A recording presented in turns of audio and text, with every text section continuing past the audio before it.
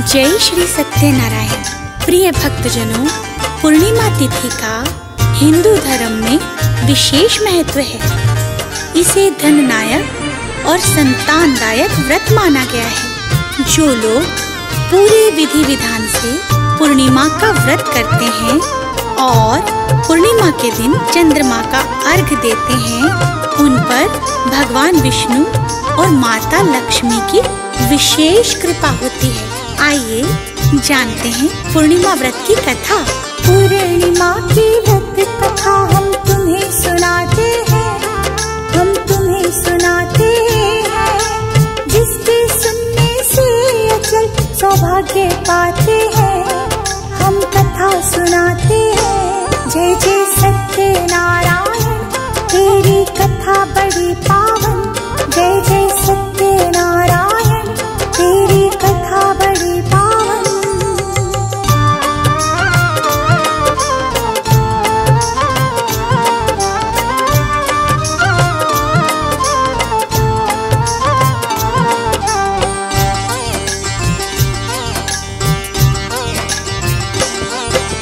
द्वापर युग में यशोदा माँ के मन में आया विचार। श्री कृष्ण से बोली, तुम हो जग के पालनहार। पूछ रही हूँ आज मुझे कोई ऐसा व्रत कहे, किसी भी नारी को विधवा होने का भय न रहे। श्री कृष्ण बोले, मैया से करके थोड़ा विचार। कहता हूँ मैं तुमसे ऐसे व्रत को सविस्तार। 32 पूर्णिमाओं का व्रत करता है कल्याण। अचल सौभाग्य स्त्रियों को मिलता है वरदान। शिव के प्रति मनुष्य मात्र की भक्ति बढ़ाते हैं, हम भक्ति बढ़ाते हैं। पूर्णिमा की व्रत कथा हम तुम्हें सुनाते हैं, हम कथा सुनाते हैं। जय जय सत्यनारायण, तेरी कथा बड़ी पावन। जय जय सत्यनारायण, तेरी कथा बड़ी पावन। यशोदा मैया श्री कृष्ण से पूछने लगी कि हे श्री कृष्ण, सर्वप्रथम इस भूमंडल पर यह व्रत किसने किया, इसके बारे में सविस्तार बताओ। श्री कृष्ण जी कहने लगे कि इस भूमंडल पर एक अत्यंत प्रसिद्ध राजा चंद्रहास से पालित अनेक प्रकार के रत्नों से परिपूर्ण कार्तिका नाम की एक नगरी थी।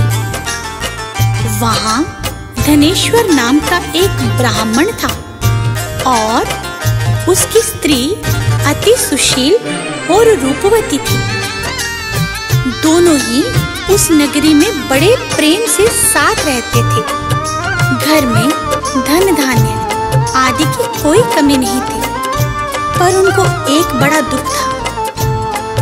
उनकी कोई संतान नहीं थी, जिस वजह से वह बहुत दुखी रहते थे।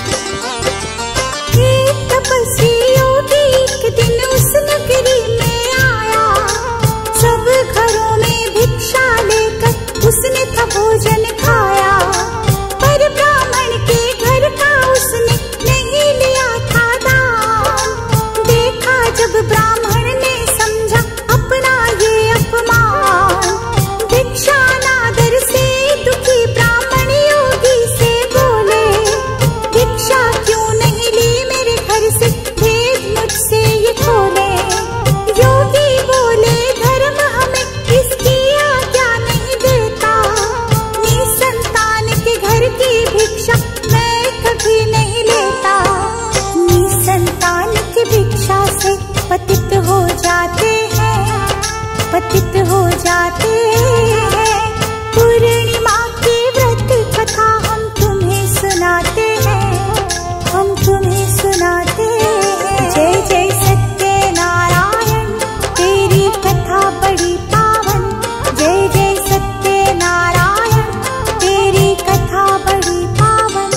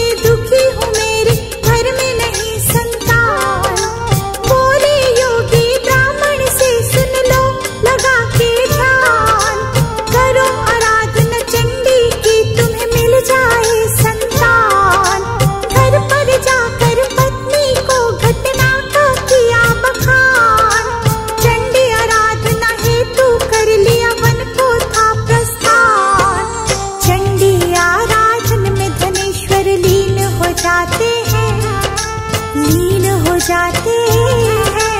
पूर्णिमा की व्रत कथा हम तुम्हें सुनाते हैं, हम तुम्हें सुनाते हैं। जय जय सत्यनारायण तेरी कथा बड़ी पावन, जय जय सत्यनारायण तेरी कथा बड़ी पावन।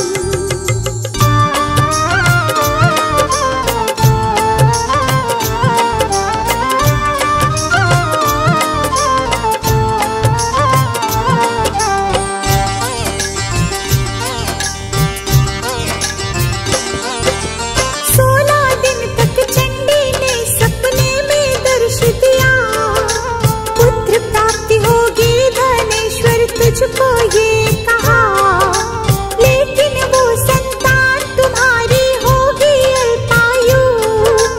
16 वर्ष की उम्र में ही हो जाएगी मृत्यु। 32 पूर्णिमा की व्रत करो जो तुम नर नारी, दीर्घायु हो जाएगी फिर संतान तुम्हारी। जितने सामर्थ्य उतने ही आरती के दिए जलाना, 32 पूर्णिमा को पूरा करना भूल न जाना। शिव शंकर फिर उनके सारे कष्ट मिटाते हैं, कष्ट मिटाते हैं।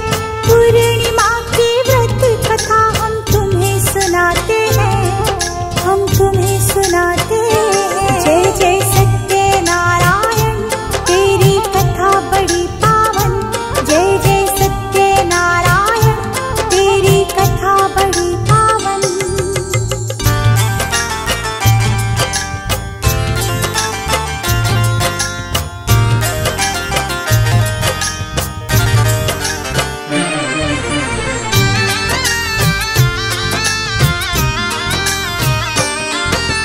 चंडी बोली सुबह तुम्हें एक आम का पेड़ दिखेगा, ऊपर चढ़ के तोड़ लेना जो भी फल मिलेगा।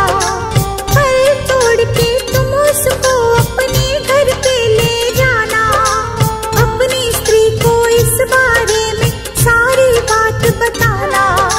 सुबह उठकर पहले तुमको करना है स्नान, फिर उस फल को खाकर करना शिव जी का ध्यान। शिव शंकर की कृपा से होगा तेरा कल्याण, गर्भ से होगी पत्नी तेरी, होगी तेरी संतान।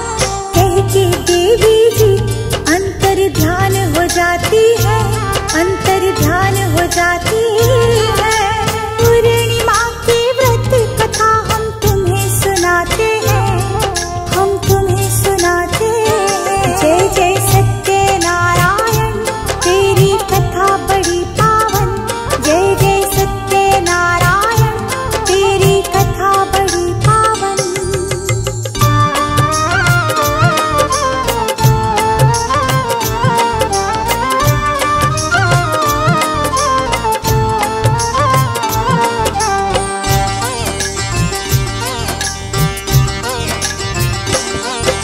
सुबह उठते ही ब्राह्मण को वो पेड़ दिखाई दिया, फल तोड़ने हेतु चढ़ने का प्रयास था किया। कई प्रयासों के बाद भी पेड़ पे ना चढ़ पाया। फिर ब्राह्मण ने हाथ जोड़ के गणपति जी को मनाया। विघ्न हारते मंगल करते हे मेरे गजराज, इतनी शक्ति दे दो मुझको पूर्ण कर लो काज। फल तोड़कर ब्राह्मण पहुंचे थे पत्नी के पास, खा लिया फल पत्नी ने मन में रख के विश्वास। देवी माँ की कृपा से वो पुत्र को पाते हैं, पुत्र को पाते हैं।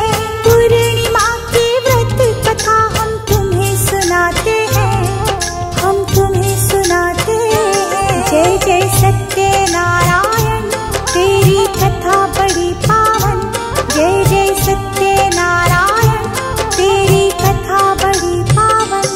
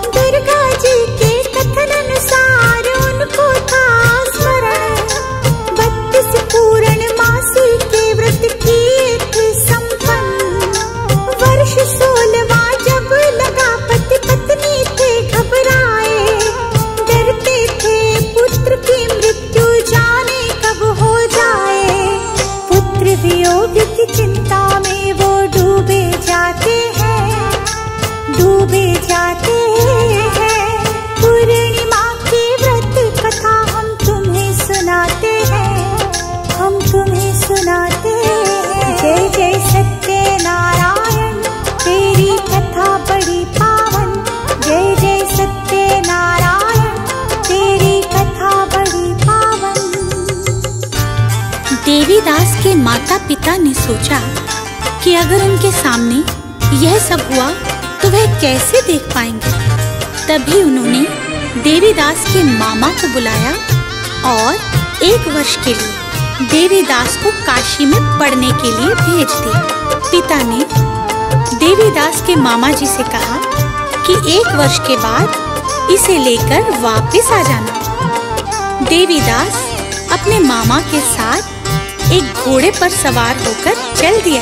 मामा भांजा को राह चलते हो गई थी रात, उस जगह पर ठहरे जहाँ पर ठहरी थी बारात। कन्या को भी तेल आदि चढ़ाने के बाद लगन समय में हो गई वर की तबीयत फिर खराब। वर के पिता ने परिजनों से ये विचार किया, देवीदास मेरे बेटे जैसा देते लगन करा। बाकी काज मेरे बेटे के संग हो जाएंगे, यही विधि से ये विवाह संपन्न कर पाएंगे। देवीदास को मांगने मामा के पास जाते हैं, पास जाते हैं। पूर्णिमा की व्रत कथा हम तुम्हें सुनाते हैं, हम तुम्हें सुनाते हैं। जय जय सत्य नारायण, तेरी कथा बड़ी पावन। जय जय सत्य नारायण, तेरी कथा बड़ी पावन। तब देवीदास ने कहा, ऐसा मत करिए, क्योंकि मेरी आयु बहुत कम है, मेरे बाद आपका क्या होगा। लेकिन उसकी पत्नी नहीं मानी और बोली, स्वामी आप भोजन कीजिए। दोनों रात में सोने के लिए चले गए। सुबह देवीदास ने पत्नी को 4 नगों से जड़ी एक अंगूठी दी और एक रुमाल दिया और बोला कि हे प्रिय, इसे लो और संकेत समझकर स्थिरचित हो जाओ। मेरे मरण और जीवन जानने के लिए एक पुष्प वाटिका बना लो, उसमें सुगंधी वाली एक नवमल्लिका लगा लो। उसको प्रतिदिन जल से सींचा करें और आनंद के साथ खेलो कूदो। जिस समय और जिस दिन मेरा प्राणांत होगा, उस दिन यह फूल सूख जाएंगे। जब यह फिर से हरे हो जाएं, तो जान लेना मैं जीवित हूँ। यह समझाकर वह वहां से चला गया। इसके बाद जब वर और बाकी बाराती मंडप में आए, तो कन्या ने उसे देखकर कहा कि ये मेरा पति नहीं है, मेरे पति वह हैं जिनके साथ रात में विवाह हुआ है। इसके साथ मेरा विवाह नहीं हुआ है। कन्या ने सब बात अपने पिता को दी बतला, ये वो मेरा पति नहीं जिससे मेरा हुआ विवाह। अगर ये मेरा पति है तो मुझको ये बात बताए, क्या कन्या दान में मिले आभूषण दिखलाए। गुप्त बात हुई थी क्या दोनों में दे बतला, पर बोला इन बातों का तो मुझको नहीं पता। कन्या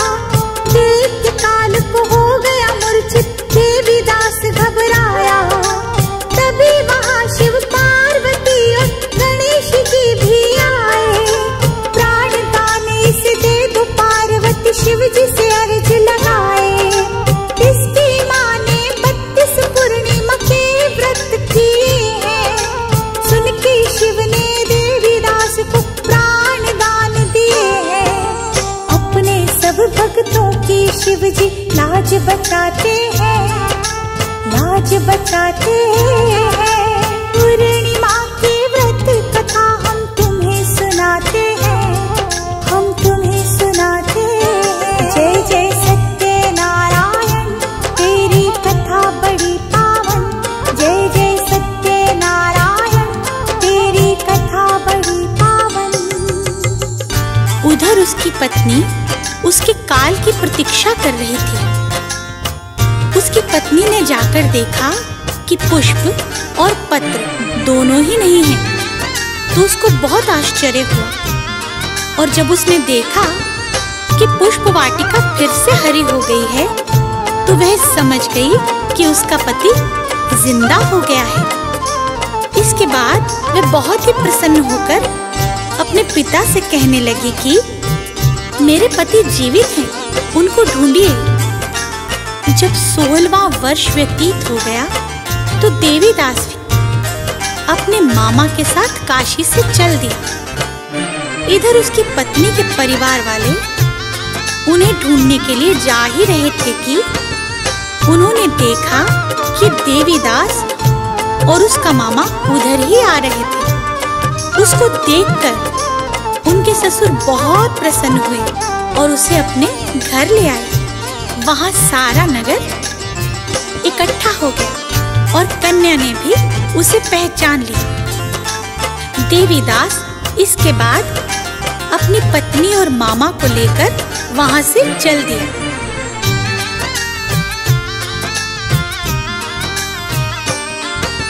काशी से चलकर मामा भांजा उस नगर में आए।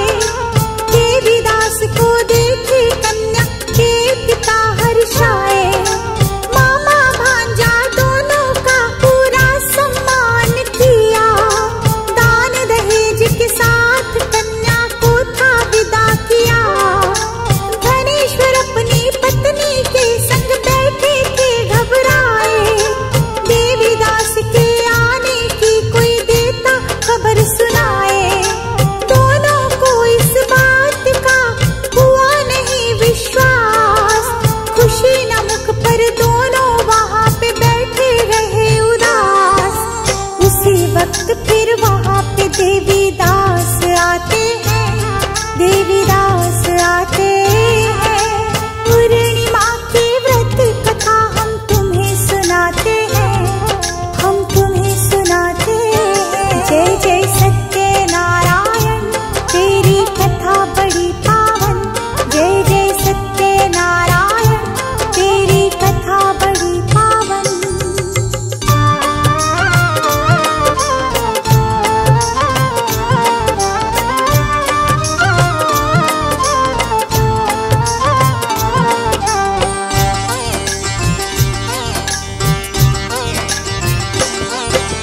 पत्नी के संग देवीदास ने घर प्रवेश किया। करके प्रणाम माता पिता का आशीर्वाद लिया। चूम के माता पिता ने अपने सीने से लगाया। हाथ जोड़ के दोनों ने शिव जी का शुक्र मनाया। ब्राह्मणों को भोजन करवा पूरा किया सम्मान। खुशी खुशी गरीबों को भी बहुत दिया था दान। पूर्णिमा के व्रत की सबको महिमा सुनाते हैं, महिमा सुनाते हैं।